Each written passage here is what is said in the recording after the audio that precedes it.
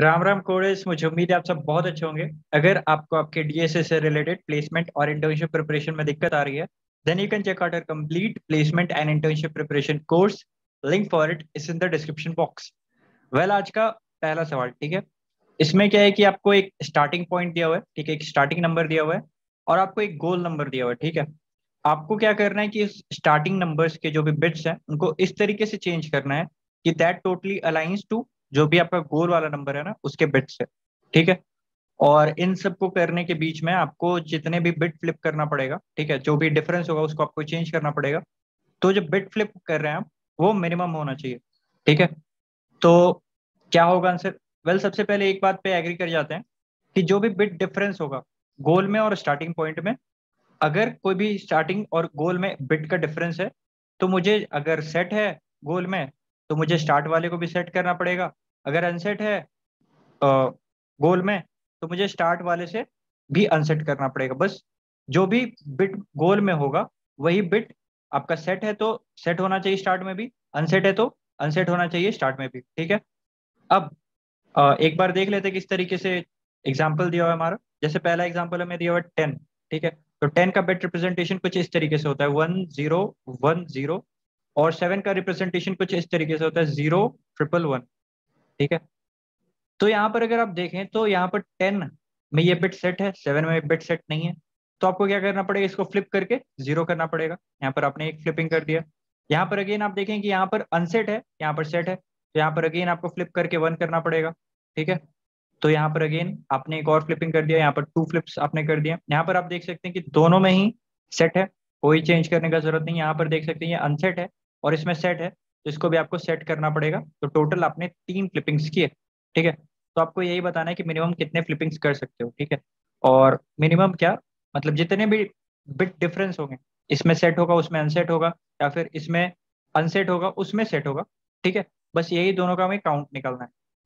तो ये करने के लिए अगर आपने थोड़ा बहुत भी पढ़ा है बिट मैनिपुलेशन, तो आपको पता होगा कि ये सब के लिए हम जोर ऑपरेशन यूज करते हैं।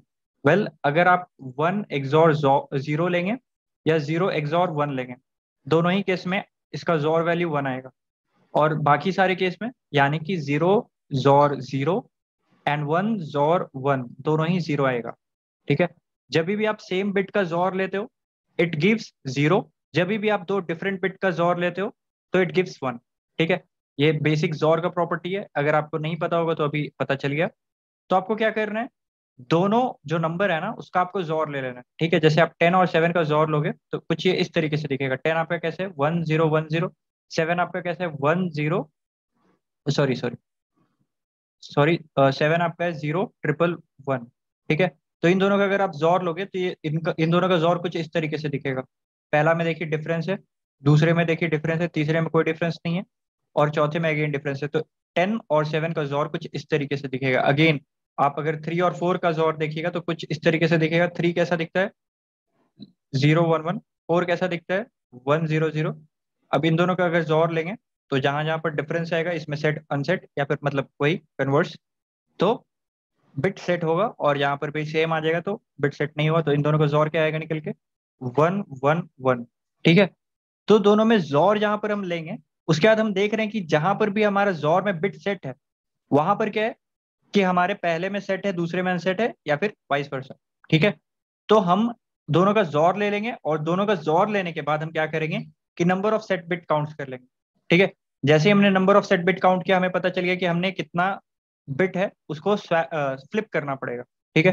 जैसे इस केस में हमने 3 बिट सेट है हमारे इन दोनों के जोर में। इसका मतलब क्या हो गया कि हमें 3 बिट को मतलब फ्लिप करना पड़ेगा। यहाँ पर भी अगेन आप देख सकते हैं 3 बिट सेट है, इसका मतलब क्या है, आपको 3 बिट को फ्लिप करना पड़ेगा। अगेन यहाँ पर आप दोनों का जोर ले लो, और फिर जोर लेने के बाद आपको क्या करना है कि दोनों का जो जोर प्रोडक्ट आएगा उसमें number of set bit count कर लेना है, ठीक है।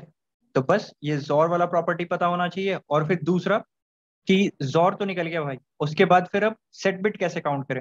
तो उसके लिए अगर आपको नहीं पता तो आप मतलब हमारा एसटीएल वाला सॉरी बिट वाला प्लेलिस्ट देख सकते हैं।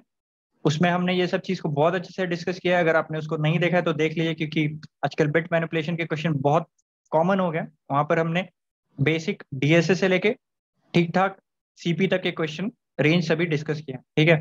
तो यही है, पहले मैंने क्या कर लिया, पहले मैंने दोनों का जोर ले लिया, जो भी मेरा स्टार्टिंग पॉइंट है और जो भी मेरा गोल है उन दोनों का मैंने जोर ले लिया।